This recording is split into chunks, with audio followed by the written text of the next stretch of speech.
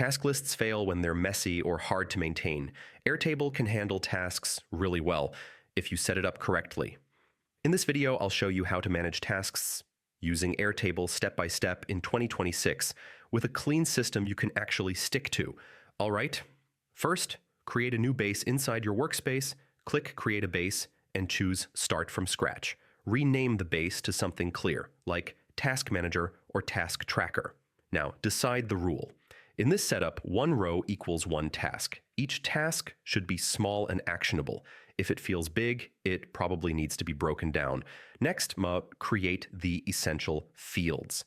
Add a task name field as text. Create a status field using single select, like to do in progress and done. Then add a due date field using a date type. All right, now add control fields. Create a priority field with values like high, medium, and low. If you work with others, add an owner field to assign tasks. This keeps responsibility clear. Now, decide how you'll mark tasks complete. You can rely on the status field alone or add a checkbox for quick visual confirmation. Simple systems are easier to maintain long-term. All right, now create views.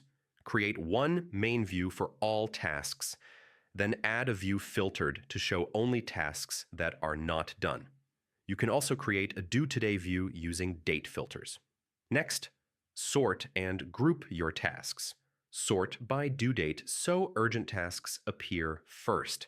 Group by status to see what's pending and what's moving forward. This turns your task list into a workflow. Finally, maintenance. Archive completed tasks into a separate view instead of deleting them. A clean task list keeps you focused and avoids overload, and that's a complete task management system in Airtable.